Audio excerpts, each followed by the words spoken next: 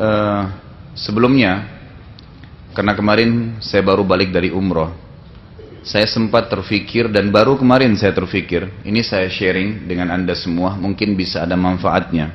Dan tujuan saya menyampaikan ini sebenarnya untuk memotivasi siapapun yang punya kelebihan dana, jangan ragu untuk pergi umroh atau haji.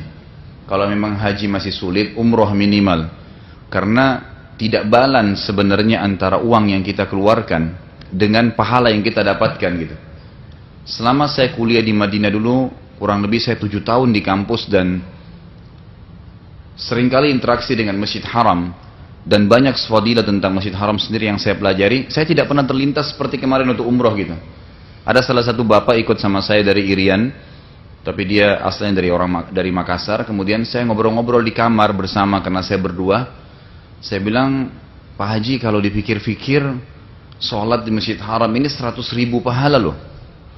Yang kata Nabi SAW, sholat di Masjid Haram 100.000. Kalau kita hitung 100.000 itu, kalau sholat subuh misalnya, sholat di Indonesia satu kali sama dengan satu kali di Masjid Haram sama dengan 100.000 kali di Indonesia, itu berarti sama dengan 100.000 hari. Jadi kalau 100.000 hari itu dibagi jumlah hari per tahun 365 hari, itu kurang lebih 274 tahun.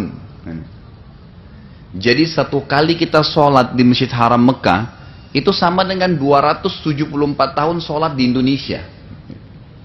Kalau dibagi, ini baru satu sholat ya, baru sholat subuh aja misalnya. Nanti sholat duhurnya sama lagi. Sama dengan 274 tahun sholat di Indonesia duhur, kalau satu kali duhur di Masjid Haram. Asar begitu, maghrib begitu, isya begitu. Kurang lebih sekarang program umroh kalau travel itu 4 hari di Mekah. Kalau 4 hari ya tinggal dikali gitu kan. 274 tahun dikali 4 gitu kan. Itu besar sekali.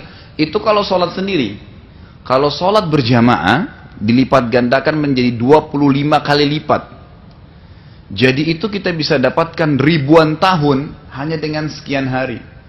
Saya katakan sama beliau kemarin, coba dibalanskan uang yang kita keluar 2.000 sampai 3.000 dolar. Bagi dengan 100.000 hari. Kira-kira kita keluarin berapa rupiah per harinya? Tidak ada nilainya gitu. Ya, tidak ada nilai sama sekali uang yang kita keluarkan dibandingkan dengan kita ibadah di sana. Ini satu hal gitu kan. Hal yang lain lagi, umur kita terbatas dan umat-umat sebelum kita sangat banyak atau sangat panjang umur mereka. Seperti kaum Nabi Nuh kalau umurnya sampai 1.000 tahun. Kalau salah seorang di antara mereka beribadah 700 tahun saja, gitu kan? Itu kita ketinggalan karena umur kita hanya 60 sampai 70.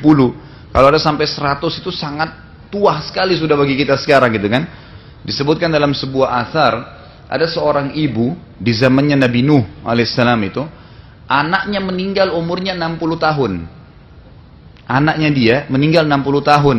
Lalu ibu ini nangis-nangis. Ibu ini mengatakan apa? Dalam kisah ini atau dalam athar yang sahih dikatakan, ibu ini mengatakan kesian dia masih kecil. 60 tahun ya. Kesian dia masih kecil. Ya kan gitu. Dia belum merasakan kehidupan gitu. Lewatlah Nabi Nuh alaihissalam. Nabi Nuh berkata kepada dia, kenapa kau merasa sedih? Iya, anak saya meninggal umur 60 tahun, kesian masih kecil. Kata Nabi Nuh, nanti akan datang umat setelah kita nanti, di akhir zaman nanti, umurnya maksimal 60 sampai 70. Kalaupun lebih paling 100 tahun. Kata ibu itu apa? Kalau saya dikaruniakan oleh Allah umur 60 tahun saja, ya tidak lebih, tidak seperti sekarang sampai ratusan atau ribuan tahun, maka saya akan gunakan 60 tahun semuanya sujud. Semuanya sujud gitu. Tapi ini contoh. Nah, bagaimana kita membalanskan ibadah kita dengan orang-orang sebelum kita kalau kita tidak maksimalin tempat-tempat seperti ini? Terlebih lagi yang sering kali ada pertanyaan atau yang sering mungkin tergugah dalam hati Anda, oh kalau saya umroh biayanya berapa ya? 20 juta, 30 juta, kan gitu. Besar sekali. Pikiran kita seperti itu ya. Padahal sebenarnya Anda lupa ada sebuah hadis Nabi SAW yang berbunyi, sesungguhnya, ya ini jaminan. Hadis sahih riwayat Al-Hakim, sesungguhnya haji dan umroh itu akan menghilangkan kefakiran dari seseorang seperti api menghilangkan karat dari besi.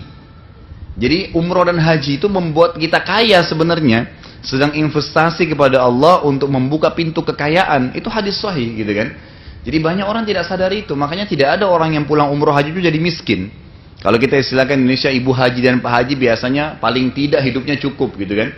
Jadi itu karena memang ada pengaruh daripada umroh haji tadi.